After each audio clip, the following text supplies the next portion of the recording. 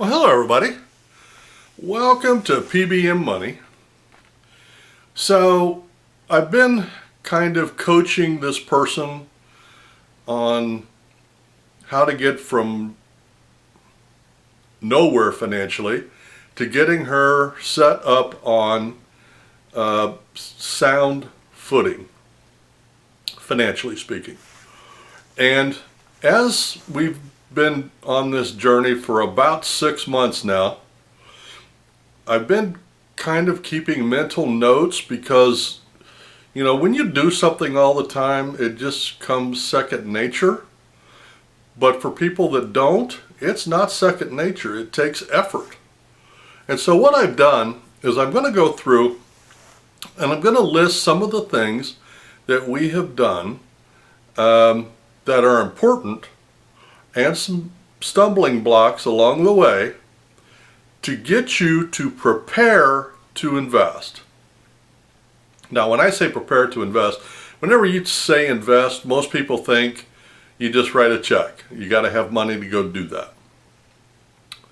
For long term, just like anything else, if you want to do it well and you want to do it long term, you have to have good financial footing. And when you have nothing, it takes time. As an example, the first thing we did was set her up an emergency fund. She got to $1,000, and wouldn't you know it, of course, as soon as she gets there, she has to go spend $800 of it because she had an emergency with her vehicle. She was bummed out, but I said, look at it this way. You have the money, and now you're not going to be paying interest on it. So I said, okay. Then I surprised her. I said, I don't want you to now put $100 a month in there. I only want you to put $30 a month. I want you to put the rest of the money, the $70, I want you to go open an investment account, and I want you to put $70 a month in that. And she said, well, what if I have an emergency? And I said, okay. This is going to sound counterintuitive, but this is where most people get knocked off of their horse. They get their emergency fund, then they have an emergency, then they go to invest, and then they have another emergency, and now they don't have the money. Now they got to put it on credit cards, and it's a vicious circle. And I explained it to her this way. I said, it's kind of like a snowball. If you roll up a snowball and then you have to use the snowball, you got nothing. But if you start with a snowball, then you get there and you think, oh, I got my snowball, now I can go do something else. No, you keep rolling the snowball till it gets bigger and bigger and bigger so that you can handle an emergency. And then when you use the money, it doesn't put you back in harm's way. Because the goal of investing, I told her, is I said, once we get you started, you're going to do this every month for the rest of your life. The key is getting started, and most people, they get started, but they don't stay started because they get sidetracked because they haven't taken the proper steps. I said, so 30 to your emergency fund, 70 to your investment account. If you have another emergency, I want you to use your credit card. And she looked at me and I said, yes, I understand. You're going to pay interest, and in the short term, it's going to cost. And I get it. I said, but you got to get your emergency fund overfunded and keep working on your investment account. And I said, and here's the number that I would go for. I would go for $2,000 or $2,500 in the emergency fund.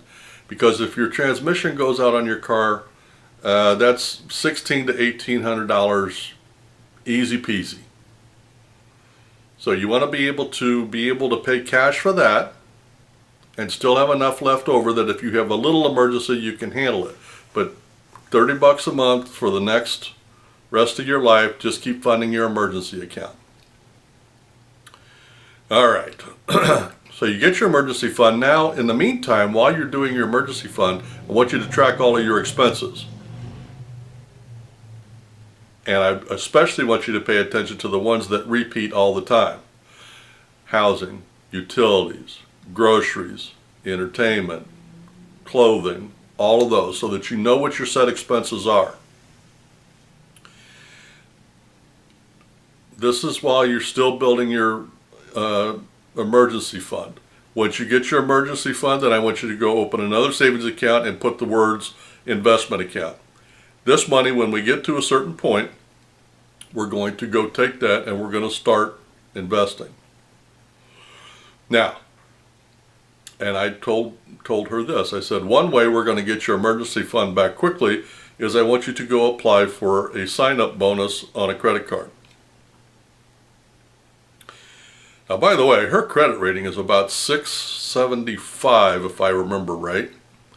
And I told her, I said, I want you to go sign up for the new City Cash, the new one, the Total Cash or whatever it's called. You get 5% back, no annual fee on your most often used category, and then you can change it every month if you want. But all you have to do is put $750 spend on it in 3 months, and they're going to give you $200. Then you're going to take that $200 and go put it in your emergency fund. She got the card. I was actually surprised she got the card with the 670 something credit rating, but she did get it. And then she said, well, now do I put all of my spend on it? I said, no. Because I had her stop using a debit card and start using her Discover card, because her Discover card, she's getting 1.5%, and she got this one about 6 months ago when her credit rating was pretty decent. She's getting 1.5%, and then at the end of the year, they're going to double that, so she's going to get 3% on that. I said, I want you to put all your expenses on your Discover, but your custom cash, that's what it's called. But on your custom cash, I want you to use only for groceries. She said she spends about $100 a month, so she's going to make, or a week, she'll make $5 a week on grocery shopping. That's $250 in a year. So that's good. So she's using, we broke her of the habit of the debit card. I've got her debit card. I know she's not using it. And then 5% on groceries, 3% on everything else for the rest of the year. Now,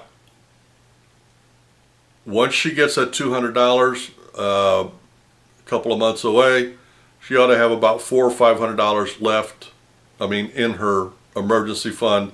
Plus she ought to have around $400 or $500 in her investment account. Now, the first investment I'm going to ask her to get is a Fidelity retirement account, for a couple of reasons. Number one, she wants to be hands-off. She doesn't want to have to fool with it.